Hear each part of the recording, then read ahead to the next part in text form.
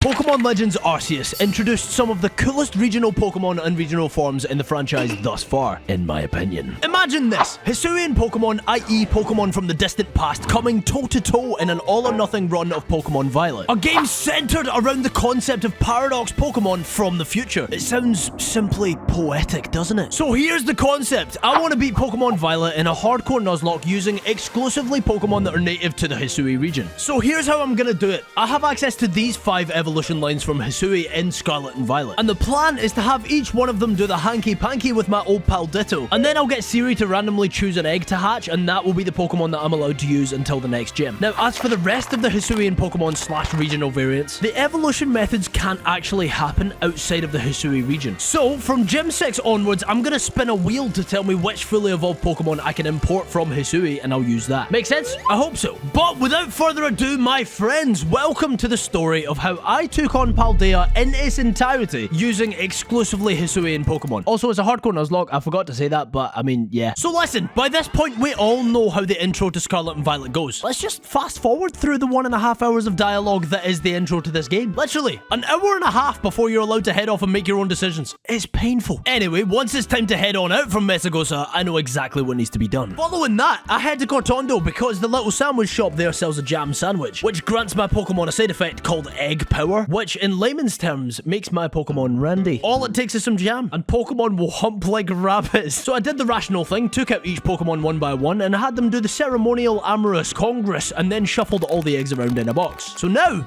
it was time to choose one. Hey Siri, choose a number between 1 and 5. The answer is 1. Which means this Pokemon here is our starter. Then, I took my soon-to-be starter and was overcome with joy when it was about to hatch. Who's the starter? Oh my god. Okay, so Growlithe is the best. I want Voltorb though. Growlithe for this gym is statistically just the best. It's gonna be...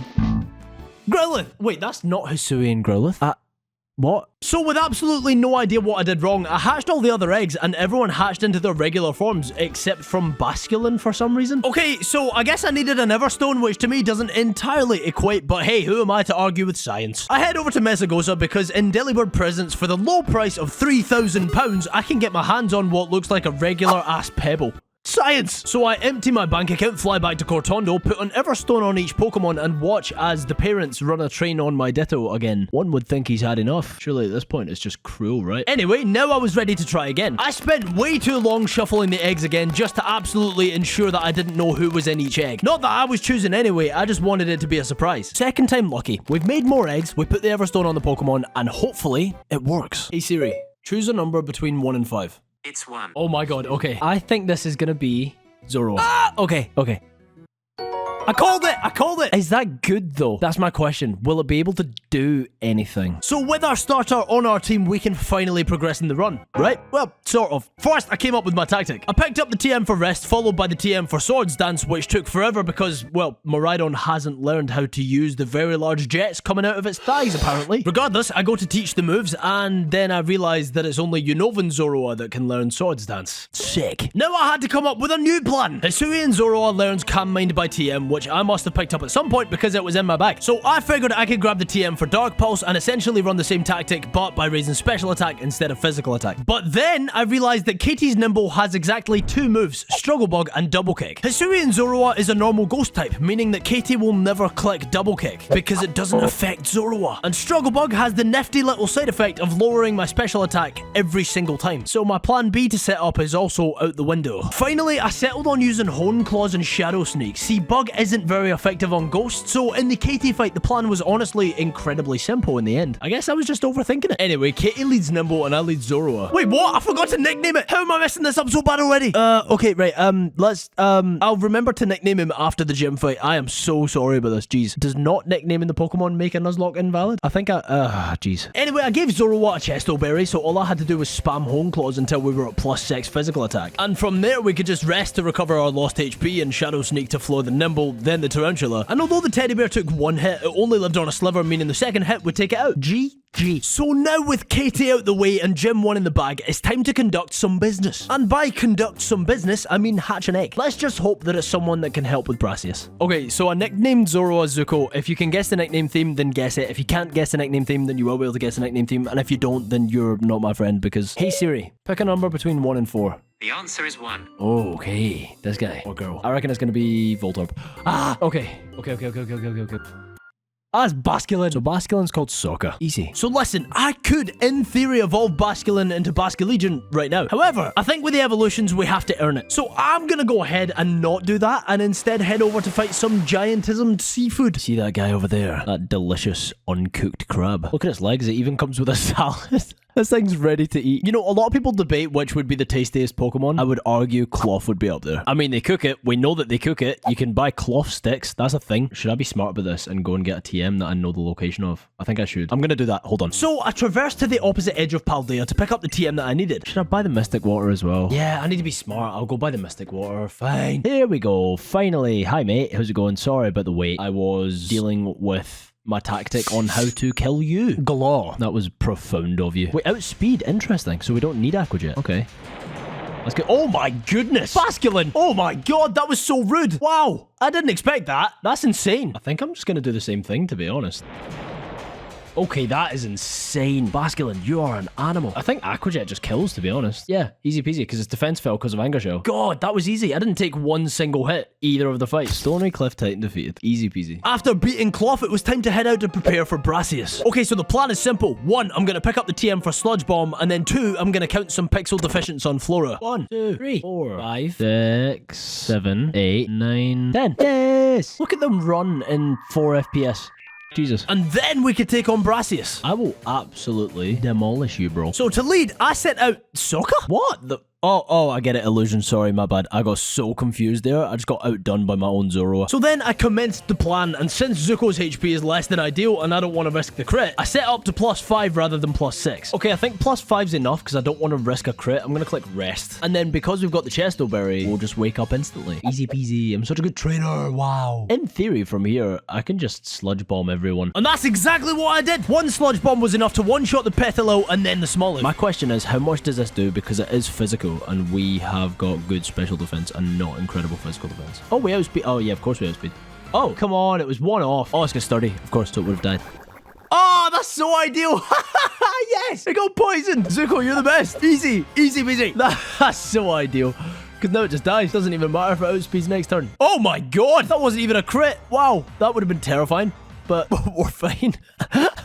That's so lucky. I didn't even give Zuko a priority move. That would have been a problem. Because if we didn't outspeed next turn, we were screwed. All right, 2 badges down. We're thriving. Yes, I love this moment. Okay. You ready? Hey, Siri, pick a number between 1 and 3. It's 2. It's 2. This is Voltorb. I can smell it. I need that Voltorb. You don't understand. That Voltorb and me are meant to be together. Okay. It's Hisui and Voltorb. I can smell it. I can feel it in my bones. That's not Voltorb. I mean, fine. Yeah, it's cool. It's cool. I'll give you that. You're cool, but you're not Hisuian Voltorb. Bro, why does the world not want me to be happy? Fighting poison with a fighting terror type. That's pretty good. So, Hisuian Sneasel, eh? Okay, Roku, welcome to the team. Sadly though, Roku's gonna have to be a bit of a bench warmer and set out for this next fight because the open Sky Titan would genuinely obliterate him. Sorry, mate. So against Bombardier, I decided to lead Basculin and Terrasilize. Okay, Basculin, please. Oh wait, we outspeed just without Aqua Jet. Interesting. How much is that? Okay. Please don't take too much damage. Please don't take too much. Okay, Sokka, you are so good. That's so good. Okay, nice. Okay. So we go into the second phase. We've got 37 HP, which isn't great, but we're kind of okay, I think. Arven's Pokemon will be there. Hopefully the bird targets that instead of Sokka, because we don't need Sokka to die. That would suck. That would sucka. Ha ha ha. Get it? Because Sokka. Mate, it's right there. Why do you do this every time? Mate, wear the right glasses. This is terrible. Why don't they let you heal? I don't like it. Okay, Sokka, do you outspeed? Yes, that's important to know. How much damage does this do? Oh my god, Sokka, you're so talented and handsome. Sokka! Avoiding the attack as well. Oh my god, this Pokemon is incredible. I'm so obsessed. And we just outspeed. Sokka! You just made such a stressful fight easy. This Basculin is my spirit animal. Basculin, why'd you keep looking over there? Look at me. Or is that you looking at me because you can only look at the side? Easy peasy. And since the level cap's 21, no one over leveled and we're in good stead to go and fight Giacomo, also known as Kevin. So let's make haste, young knights of Hisui. Now, Roku gets his time in the spotlight. Kevin leads Ponyard and my plan is to spam click Brick Break. We outspeed, land a quad effective blow that obviously floors the Ponyard. And then when River Room comes in and intimidates, I felt that Terra fighting Brick Break was a smart shout. How much does this do? This should do more than half, right? That did nothing. Oh gosh. That did way less than I thought it would. Why? I guess because of the Intimidate. I'm going to protect every other turn for Lefty's recovery. We know we don't outspeed, but it really doesn't do much. And Rock Smash has the potential to lower its defense, which is the play. Then, oh my god, that does... Wait, why does that do almost as much as... That doesn't make any sense. I think Roku just wins. Okay, that's kind of scary. If this lowers defense, this is amazing. Please lower its defense, please. Ah, poo. Okay. See, with the special defense drop, I don't know if I survive a Swift. It's gonna Swift this turn probably, right? And that doesn't miss. How much does that do? 63 to... Oh, come... Sokka! You're so good, bro. I'm just gonna Liquidation and win. And Metal Sounds as well. This should be easy dubs. Does this... Yeah, it should... It's got a defense drop as well. This should one-shot.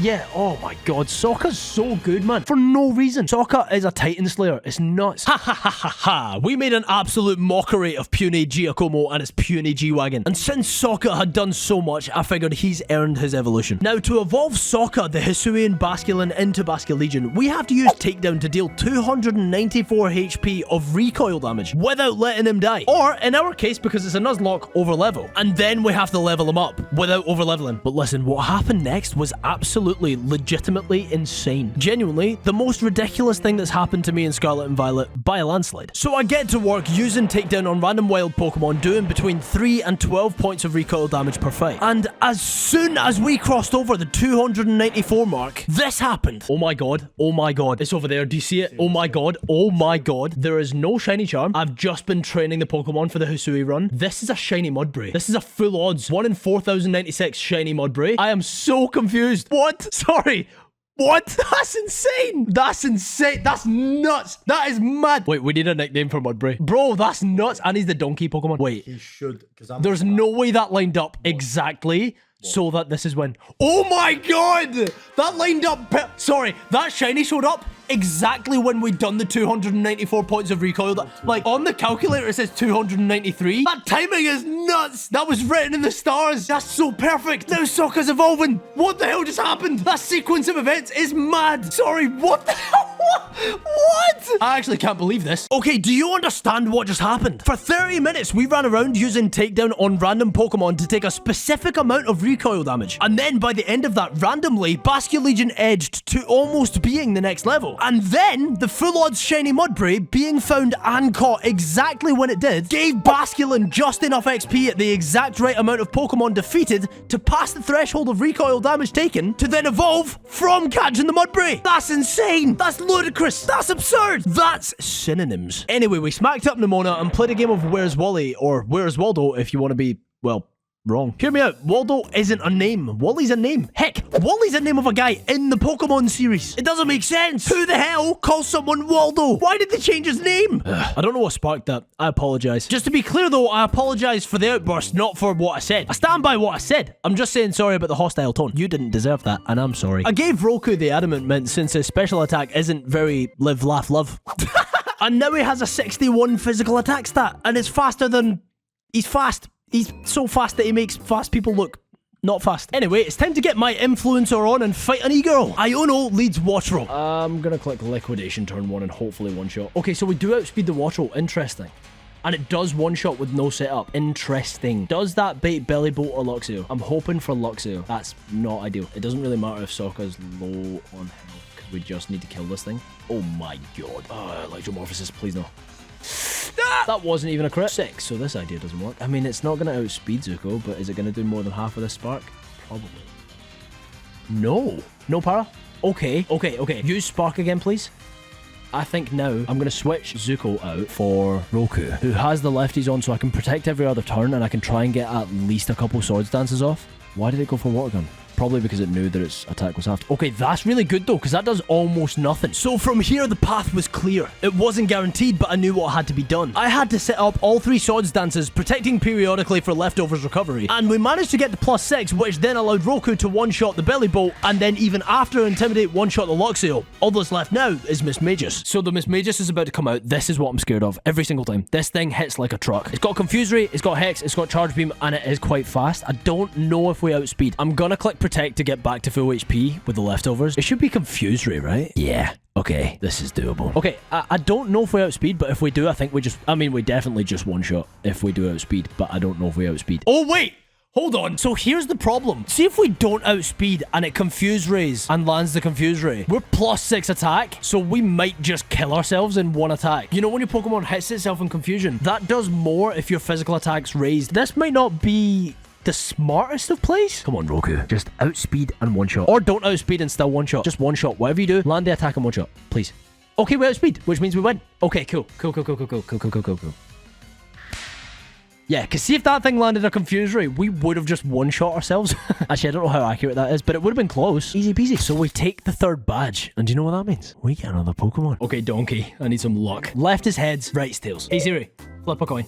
Tails. Right, so that's the one to the right, isn't it? This is going to be Voltorb. I can smell it. Voltorb! Please! Please! Please! Okay. Okay. Please, show me the bulb. Yes! Yes! Look at him! He's so adorable! Look at him! Oh, he's so cute. I'm gonna call it Ang. He's bald and he's adorable. I finally found him! Okay, let me set the scene. Ang, the handsomest, sphericalest, wisest, most handsome spherical boy. Me, his tall, rich, most ravishing, eloquent, tall, rich, handsome, humble trainer. Brought together by the forces of the universe to achieve nothing less than generation-altering, world-colliding monumentalism. Future Pokemon. Ha! Present Pokemon. Ha! I laugh in the face of your insolence. Before moving on, however, I pick up the modest mint to change Ang's nature to one more fitting of his prestige and prowess. And also I pick up the TM for Rain Dance that lives directly next to Mella's base. That's convenient. And with that, it's time to fight Mella. Mella leads Torkoal, who has Drought, and I instantly negated the Drought by utilizing the Rain Dance TM that I found laying on the floor outside. Then Mella said, "This move'll torch ya till there ain't nothing but ash left," and did 6 points of damage. And then said that was for the rest of the Shadar squad, which I thought was underwhelming, to be honest. It's like bragging that you shot me with a Nerf gun. Then I terastalized and obliterated her Torkoal, and one swift Terra-boosted, Rain-boosted, Mystic Water-boosted liquidation followed by an Aquajet floored Mella's car. That was embarrassing for you. So I pick up the TM for Low Kick for Roku. I then teach the TM for Low Kick to Roku. I chase a big worm till he fights me with Kung Fu. I click the Low Kick, but he holds on and pulls through. He almost kills Roku. He hits hard with one move, but Roku survives, still alive, so we're still good. I chase through a cave, and my mate Arvin comes through. The worm eats a plant and it's ready for phase 2. Then Arvin gets mad and he sends out his Toad School, and so I decide to go back into Roku. Arvin is usually useless, a damn fool, and honestly I couldn't say what he might do. I low kick the beast and the damage is quite cool. The beast uses Sandstorm and now the win's in view. See, since we move first we know everything looks good, and then one more low kick means Earthworm's overthrown. Damn, I was so close. Whatever, subscribe or something, I don't know. I snagged the TM for Giga Drain to teach to my boy Ang, and then I had to fight Kofu's assistant, who, although didn't knock Ang down, really revealed how frail he is in his current form. I think we might need to do something about that. So after winning some seaweed in an auction for the obnoxiously rich, I traversed through to the quite rightfully nicknamed Lag Tree Thicket. You know, on account of all the lag. I picked up the Leaf Stone, threw it at my Voltorb, and then he became a slightly more agitated upside down one. And I didn't know this, but Hisui and Zoroark evolves at level 30. Do you know what Kofu's level cap is? Do you know what I'm getting at here? Wait, Zuko evolves at level 30. Oh my god, that's so good. Wait, no, I'm not ready for this. Yo, that's so cool. Oh, I love it. This is so beautiful. You're so cool. Then, preparing for the worst, I taught Zuko Shadow Claw and grabbed the scope lens in case I need to unleash Zuko, which I'm hoping I won't have to do. So, I lead Zuko, but just to use Will-O-Wisp on Veluza, and then interestingly, Veluza, thinking that Zuko's Aang because of his ability illusion, went for Slash, which doesn't affect Zuko. Anyway, the burn halves the attack of Veluza, and I can switch over to the real Aang, and I opt for Charge Beam to try and get the special attack boost, which we do actually get. I click it again, but sadly we don't get the boost again. It's fine. Kofu sends out Wug Trio, whose main annoyance is outspeeding and either flinching with Headbutt or confusing with Water Pulse. But Aang is speed. We terastalize and use Giga Drain to one-shot and heal all the way back up to full. Then the crab comes in, but because Aang outspeeds and is a +1 special attack, we get the clean one-shot and Kofu is tofu. So after training my team to level 33 to match Atticus, I was literally heading in to fight him when I realized something. I just trained my team to go and fight Atticus and I completely forgot that I beat another gym, which means we get to hatch another egg. Hey Siri, choose a number between 1 and 1. The answer is 1. No way! It's hatching. Who could it be? I didn't expect that. Hi, friend. Growlithe can be called Iroh. There we go. So listen, in my head earlier in the run, I decided that each Pokemon needed to earn their evolution, right? But you see, in this case, we're about to fight Atticus, and Atticus is the epitome of evil. He is a rusty nail on the upwards facing side of a plank of wood. He is the opposite of Tom Holland. Atticus as a character, I really like. His demeanor is cool, his Shakespearean vocabulary makes me giggle, but in a Nuzlocke, Atticus is a villainous, amphibious, slimy ball of terror. I don't enjoy fighting him. What I'm trying to say is that I pressed the Firestone against my Growlithe. I'm sorry, I know he didn't earn it, right? But I just wanted to get every advantage I could get because I'm about to fight Atticus, and I don't like fighting Atticus, so don't judge me. Arceus, I apologize for I am about to sin. Iroh, you need a haircut. I love you. Thanks for existing, but it's time for you to get big. Yo, look at this handsome guy. Dude, the Hisuian form does Arcanine so much justice. Look at the little wings round its feet. Wow. Look at the cloud coming out of its ass. Wow. Not but punishment awaits thee, wretch. A plague on your house. Man just wished a plague upon my house. That's messed up. I can't believe he just did that. I lead Roku, and my plan is to spam bulk up to get both Roku's attack and Roku's defense to a solid place. I gave Roku the leftovers, which allows me to keep him at a decently high HP. Then, before I attack, I click Protect for Lefty's recovery, and then a Swords Dance to get the attack stat to +6, and then Protect again the following turn before using Shadow Claw to deal more than half. Then I Protect again for Lefties and click Shadow Claw to defeat Skuntank. We have a decent amount of HP now and bait Riverroom. Now, I honestly believed that a +6 Shadow Claw would be enough for the Oko, but we didn't. And then Atticus clicked Bulldoze. Oh no. Ah! Oh, okay, that did nothing. Oh yeah, I forgot we bulked up to +4. Yeah, which, oh, lowered the speed. That's not good because Roku is quite fast. Oh, we do get outsped. Oh no. Another Shadow Claw floors the Riverroom and then Muck comes in. I Protect and then opt for Shadow Claw again, which doesn't even get the one shot. This isn't incredible. Roku has less HP than I'd like, and when the team star leaders send out their Starmobiles, we don't get Lefty's recovery. The Starmobile uses Spin Out and does 10 points of damage, which is great provided we don't get crit. A +6 Shadow Claw really doesn't deal too much damage, but luckily we don't get crit at all. Unluckily though, we don't land a single crit with the Shadow Claw after using it 10 times. Regardless, Roku the absolute trooper takes Atticus single-handedly, and we walk away still deathless. We're looking damn good here. Gym 5 is up and Larith awaits. The guy at the gym told me that I have to figure out what dish to order by battling a bunch of regulars to find out where to go, but since it's 2023 and I have access to Google, I went ahead and ignored that and ordered correctly first try. Gosh, I'm talented. Anyway, the structure of the entire seating area collapsed into itself while there were people eating there, might I add, and I guess we don't question that and instead gear up to fight Larry. Zuko is by all means the perfect Pokemon for the job here. I used Hone Claws knowing that Komala only has 3 moves, Yawn, Sucker Punch, and Slam. Now, neither of those attacking moves can touch Zuko as he's sitting up, although the Yawns are a little boring to deal with because we're put to sleep a lot. Anyway, I set up Zuko all the way because there's no downside to doing so. And so all I had to do from there was click Brick Break until Zuko woke up. Zuko, wake up! So, Zuko, disguised as Sokka, uses Brick Break exactly 3 times. Once to floor the Koala, once to floor the Chukinoko? To floor the Chukinoko. Apparently that's what Dunsparce is based on, a Chukinoko. Does anyone know what that is? And then used it one final time to floor the Terastallized Staraptor. I love Larry, but the more I play through these games, the more I realize that he just isn't difficult to win against here. Anyway, Gym 5 is finito, and we walk away still deathless. Before moving on, there's one thing that is well overdue. I've been putting it off for a second now. So listen, I head over to the little mart in Mitsugota and sold all of my useless stuff and made $100,000. I'm balling, bro. Then I headed to Delibird Presents because you see, my friends, in beating the gyms of Paldea, more and more items and ingredients get unlocked. And strangely enough, once you beat Kofu, the 4th gym, you gain access to an item called the Razor Claw, which, if you didn't know, I can give to Sneasel during the day, grow at 1 level, and something incredible will happen. Yes! Roku! Bro, Sneasler! What a cool Pokemon! It's also got access to a really ludicrous move called Dire Claw, which has a base power of 80, an increased crit ratio, and has a 50% chance to either poison, paralyze, or send a Pokemon to sleep. If that isn't the most dummy-busted, broken, unjust, unfair, unrealistic, unfathomable, undeniable, unbalanced move in the game, I have no idea what is. But hey, listen, if it's gonna be unfair, I'm at least glad that it's gonna be unfair in my favor. We take those. Moving on, it took me a minute to figure out how to run our encounters, mainly because I don't have a PLA save anymore because I restarted and never finished. Anyway, I have an incredible Discord server filled with incredible people, and they all jumped at the chance to help me out. So when someone told me that they could help me with Hisuian evolutions and film it, I was over the moon. I put all the remaining available Pokemon, minus the starters, of course, on a wheel, and then used that to determine which Pokemon I was allowed to access next.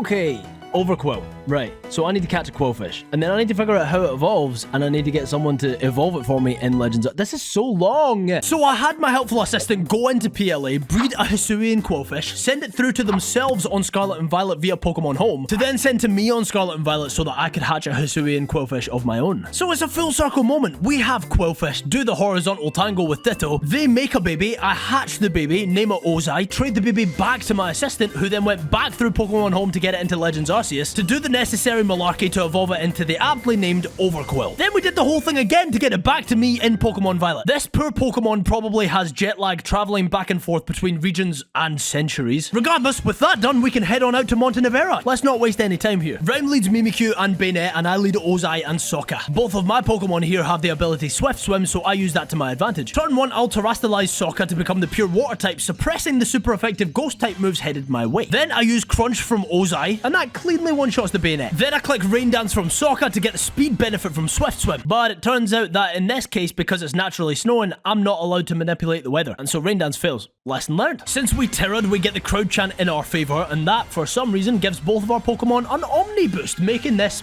way easier. Next turn, I get a quick Claw Pop on Ozai and one-shot Houndstone as a result. I opted to use Phantom Force with Sokka so that if either opposing Pokemon targeted him, they'd miss, because obviously it's a 2-turn move and he's off in some other dimension or wherever he goes when he's invisible with Phantom Force. Rem Terastallizes our Punk Frog Lizard? I don't know. But a Crunch one-shots it instantly, and then Phantom Force breaks Mimi's disguise, and a Terra boosted Aqua Jet was enough to one-shot from all the stat boosts with the crowd chants. That was incredibly easy. We take the Montenevera badge and keep trucking on. Still, by the way, with 0 deaths to our name. I don't want to jinx myself, but it's looking damn possible from where I'm standing. Regardless, it's time for another wheel spin. So we just beat Gym 6. This is the Pokemon that we're about to go and try and catch so that we can send over to someone to help us with whatever, you know.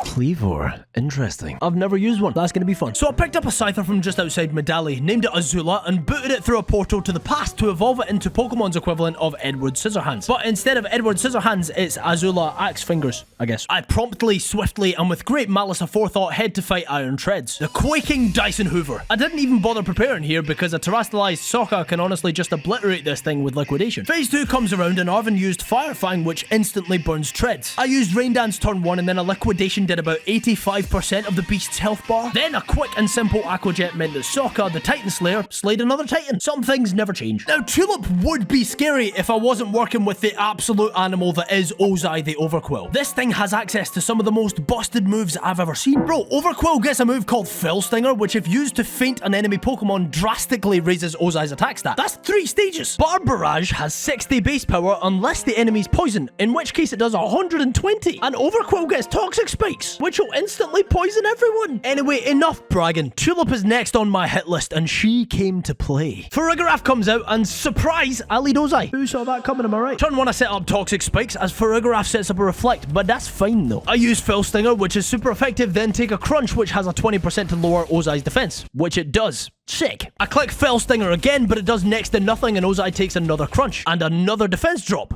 Sick. Then I did a stupid and wanted to pivot to lose the defense drops, but oh wait, it's using Crunch. That was the dumbest thing I could have done. That was incredibly dumb. That was so dumb. That was so dumb. That was so dumb. That was so dumb.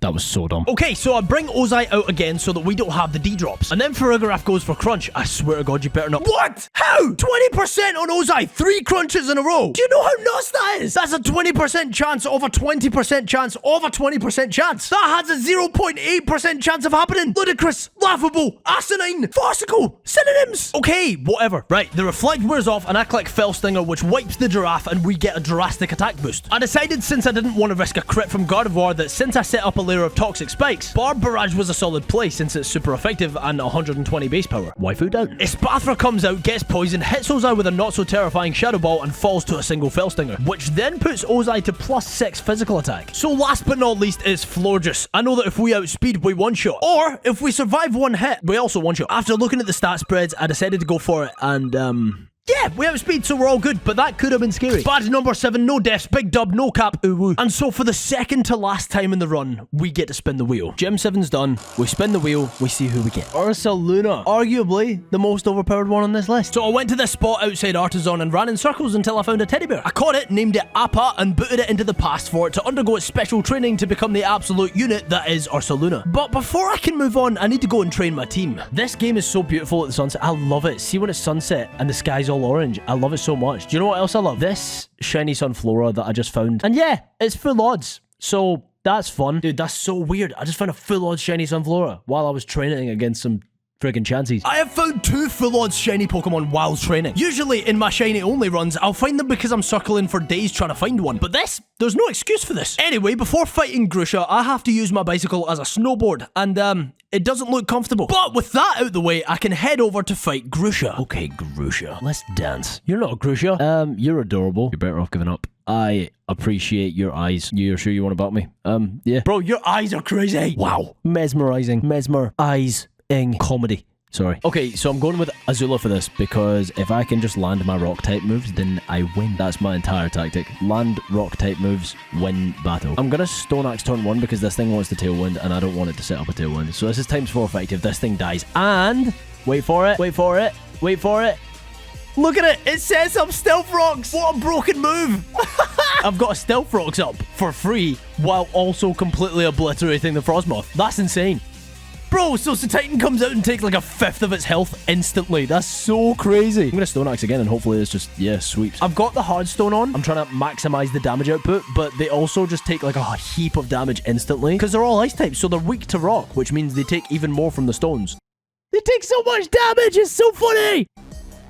God, Cleaver is so good. Okay, so Altaria's the ace. I'm not too scared, to be honest. I feel like I maybe should be, but I'm not. Although it probably outspeeds, though.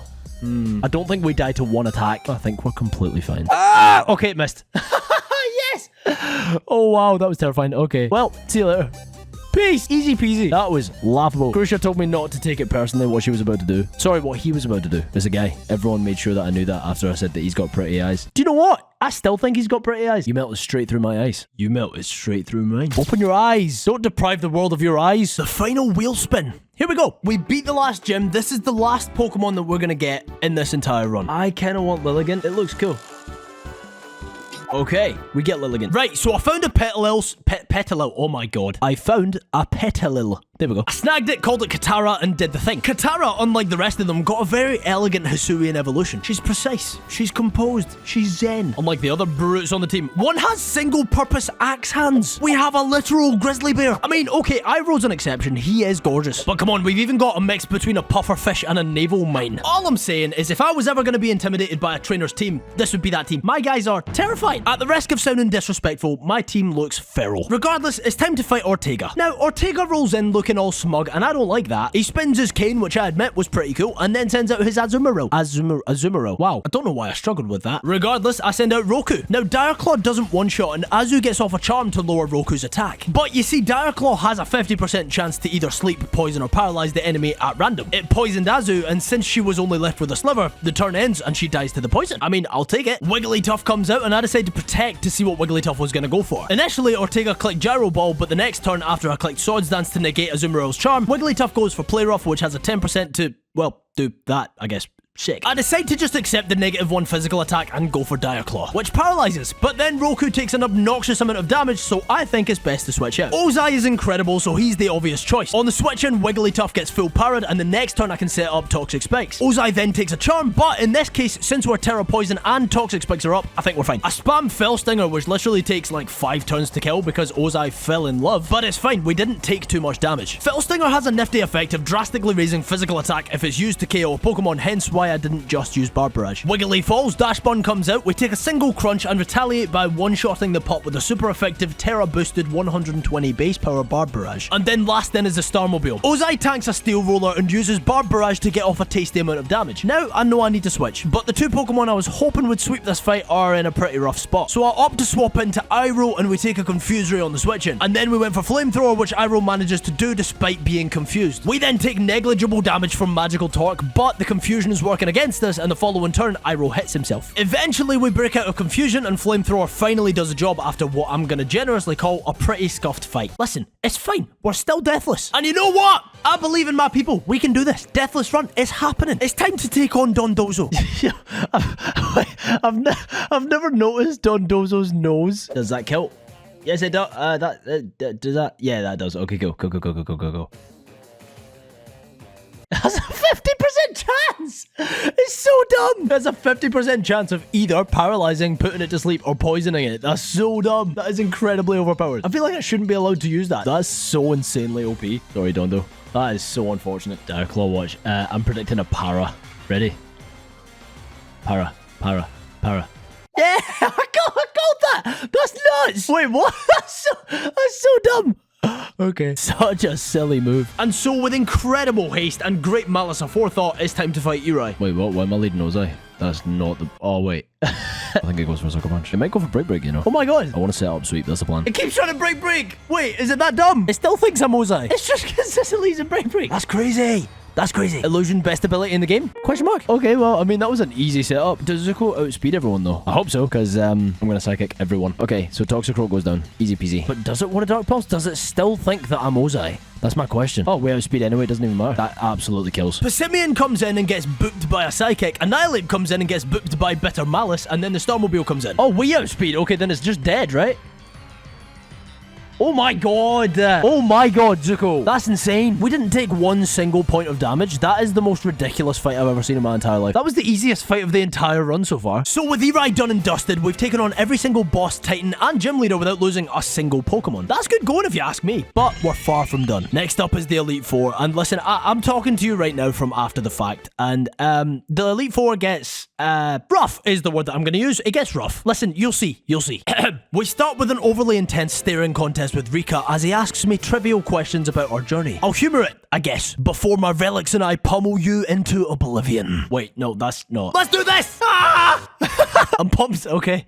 Rika leads Whiscash, and I opt for Aang, who's honestly pretty perfect for this. I Terrastalize turn 1 and click Energy Ball, which cleanly one-shots. Camera Up comes in, and so I click Energy Ball again. However, this time we don't quite get the one-shot, and Camera Up retaliates with Yawn. Now, I don't want Aang to fall asleep, so I swap over to Sokka, predicting the fire move, which it goes for. But it misses anyway. Happy days. I then went for Rain Dance to activate Sokka's Swift Swim and power up his water-type moves. But then Sokka took a decently meaty Earth Power, and I was like, oh no. But then I realized that Sokka just one-shots with Liquidation, obviously. Then Dog Trio comes in, but because we have Swift Swim going, we outspeed. I click Aqua Jet, which makes sure that we outspeed, and then we one-shot. Donphan comes in, I go for Liquidation, which brings it down to Sturdy, and then Sokka takes a pretty hard EQ before I opt to switch back to Aang. See, the only Pokemon left on Rika's team is Clodsire, who has Water Absorb. So Sokka wouldn't have been amazing against it anyway, to be honest. Aang takes a hit, then floors the Donphan. Rika sends out Claude, Terrastalizes, and then gets outsped by Giga Drain, which does a healthy amount of damage and heals Aang back to full. Clodsire uses Earthquake, does a little chip, and then protects for exactly no reason other than to waste an extra 30 seconds of my life. Sick. Regardless, it falls to one more Giga Drain. So far, so good. Promptly moving on, we're taking on a child. I've said my piece. Paldean child services have been notified, and yet they stand idle and watch as a toddler is taken advantage of. No doubt as well that they're calling it like an internship scheme or work experience to get away with it. Disgusting. I mean, it won't hold me back from wiping the floor with her, but I mean, you know, still. She leads a Copper Elephant and I lead Uncle Iroh. I know we outspeed, but to ensure that we one-shot, I Terrastalize turn 1 before I Deliquest? Is that the word that I wrote? Deliquest. Before I Deliquest Copperage. Am I using that right? There's no way I'm using that right. Deliquest.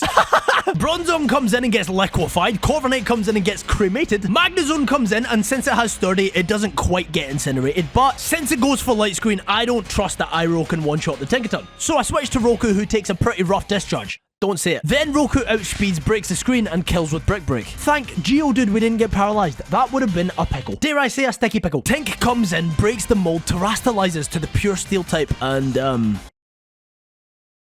yes! Okay! Woohoo! I can't lie, I wasn't sure that was how that was gonna play out. My entire body just regressed into itself. I am not physically, mentally, or emotionally prepared to lose Roku. No sir, not today. Anyway, we're halfway through the Elite Four and we're looking strong. Okay, cool. Yeah, let's keep moving. I'm confronted by my spirit animal, Larry. And I don't love the idea of having to face off against him, but hey, need is must, am I right? Larith leads Tropius and I lead Azula, the Cleavor. We outspeed and use Cleavor's signature move, Stone Axe, which just misses out on the one-shot. But it also sets up Stealth Rocks, which against Larry is incredible. Tropius uses Sunny Day inevitably for two reasons. One, Larry's Tropius has the ability Chlorophyll, which maxes out its speed in the sun, but also two, this Tropius comes equipped with the move Solar Beam, which will now be a one-turn move instead of two. With that in mind, I didn't switch out. I terastallized. Gee willikers, gentle dude, why would you do that? I'm glad you asked. You see, since we caught Cleavor as a Scyther, it has the flying terror type, and so when I terastallize, I negate the damage from Solar Beam, to a point where it only hits for 36 points of damage.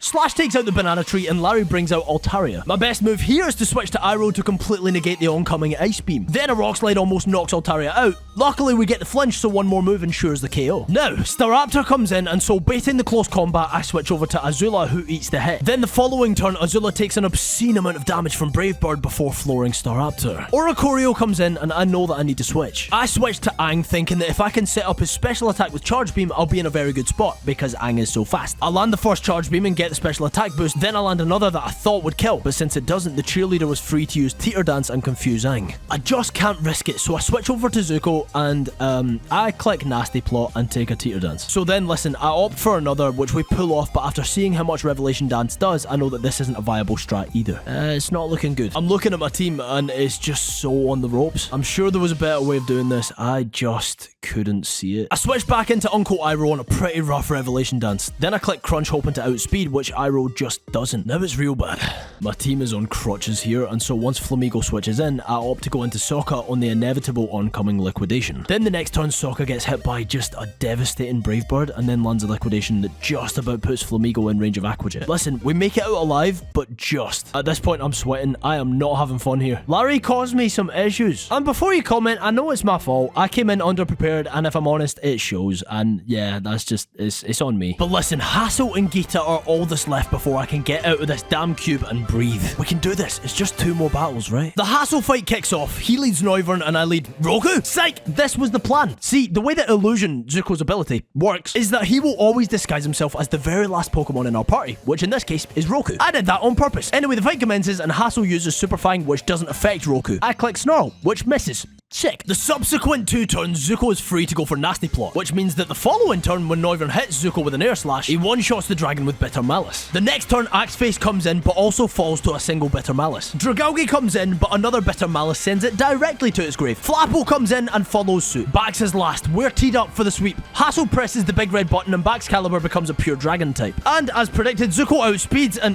Wait, what? No. No! No! Zuko! No! I can't believe it. No! No! I lost Zucchini. Why am I so dumb? That was so avoidable. I switch into Appa and click Play Rough, and after taking an Icicle Crash, Bax falls, and I guess we beat the Elite Four, but at what cost? Okay, we don't have time for this. A soldier knows the risk, and I knew that at any moment I could lose someone. We need to press on and fight so that Zuko's death was not in vain. We need to remain strong for the rest of the team. We do what we came to do. We mourn later. Zuko, this is for you.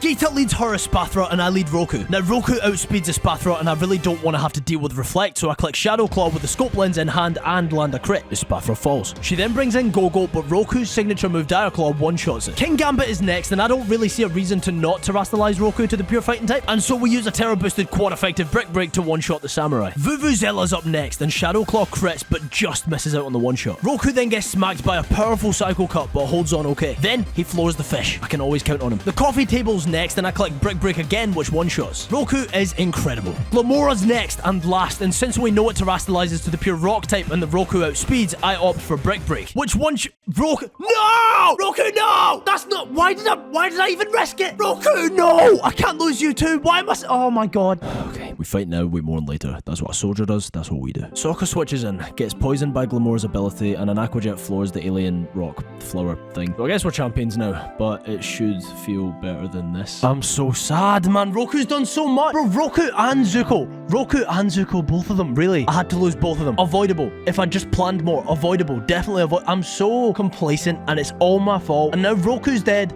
as well as Zuko, and it's all my fault, bro! Roku, I'm so sorry. Don't even look at me like that. I'm so sorry. Oh, man, I don't want to do it. I don't want to do it. Okay. Well, thanks, Roku. I appreciate everything you've done. Zuko, you too. I know that I didn't give you two. I was very tired last night. I don't know what to say. I can't believe I lost Roku and Zuko. As much as this is my fault, I can stay strong knowing that my team stands by me. We need to finish what we started. For Zuko, for Roku. Me and what's left of the squad prepare to head on out for our final gambit. Arvin, Clavel, Penny, and Nimona all acted as punching bags in an honest-to-God blur of emotional rampage. We have our sights set on one thing. The one thing we set out to do in the first place. Prove once and for all that the primality of the Hisuian ancestry was definitively strong enough to overcome that of the future. These robots, these machines, even their trainer, the very professor that wields them, wasn't born. He was invented, and the world shall not soon forget about us. Its saviors from another time. Turo, you and me, it's all led to this. One way or another, it's game over. Turo leads Iron Moth, I lead Azula. Turn 1, the Moth uses Fiery Dance, which does an absurd amount to Azula, but she hangs on, and retaliates with a Stone Axe, which doesn't only one-shot the Moth, but sets up a free Stealth Rocks. Thorns is up next, and I opt to switch over to Sokka, as Thorns misses a Stone Edge. Sokka uses Liquidation, which so very almost one-shots, then Sokka takes a hard Thunder Punch, but didn't get paralyzed, so we're able to outspeed and defeat Godzilla the following turn. Jugulus is up next, and again I have to switch. This time I opt for Uncle Iroh, who tanks a Dark Pulse, then Jugulus outsped and landed another, which honestly I didn't expect. Iroh lands a hard Rock Slide, putting Jugulus in range of an Extreme Speed, so that deals with that. It's the final stretch.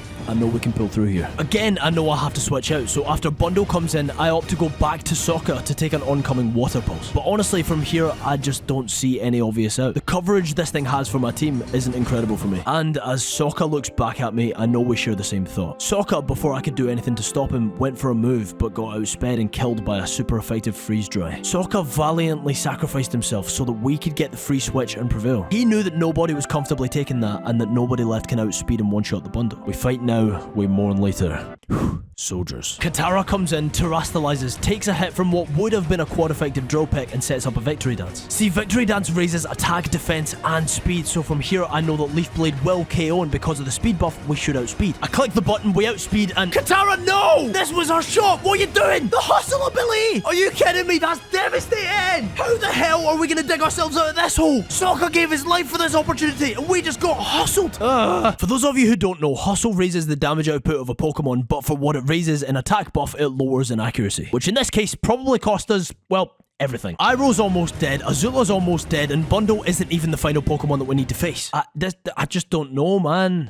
Fight now, mourn later. Soldiers. Uncle Iroh comes in because I need to deal some kind of chip damage if anybody's gonna finish this. I click Extreme Speed, which does a little bit of damage before Uncle Iroh falls to a Water Pulse. This is catastrophic. I don't know how to describe this. I don't know. I only see one play here, and honestly, I don't even think it's gonna work. I gave Ozai Minimize as a sort of last resort. I switch him in, and Bundle goes for Snowscape, allowing Ozai to get the first Minimize off. Then the following turn, Bundle misses the Freeze Dry, and Ozai gets the second one. Then Bundle throws. What's he thinking? He goes for Snowscape, but it's already snowing. I don't understand. Ozai gets the +3 Minimizes, putting him to +6 evasiveness, and then manages to get off a Toxic Spikes to max out the damage output from Barb Barrage, you know, on the rest of Turo's team. Ozai then pulls off what in my eyes can only be classed as an act of God. And with 3 stockpiles, 3 Minimizes, a layer of Toxic Spikes, and a Dream, Ozai floors the Penguin. Iron Hands comes out, gets hit by the Stealth Rocks, and gets poisoned. We get hit by a Fake Out, but I gave Ozai the leftovers, which gets him right back up to full. Barb Barrage is a clean 2-shot, and we actually have a chance to win this. Okay, the Valiant comes in, uses up its booster energy, and it all comes down to this. We just need to avoid an attack. Oh my god, it landed. What? Valiant, after maximizing its attack, used a neutral stab move, landed through the evasiveness boost, and did that? Why did it do so little? I'm so confused. How on God's green earth did we pull that off? Can anyone please tell me what just happened? Why did the Bundle commit so hard to the Snowscape? Why did the Valiant do such pee-wee damage? Was this the work of Arceus? Or Geodude? Whatever it was, it worked. We prevailed. For Zuko.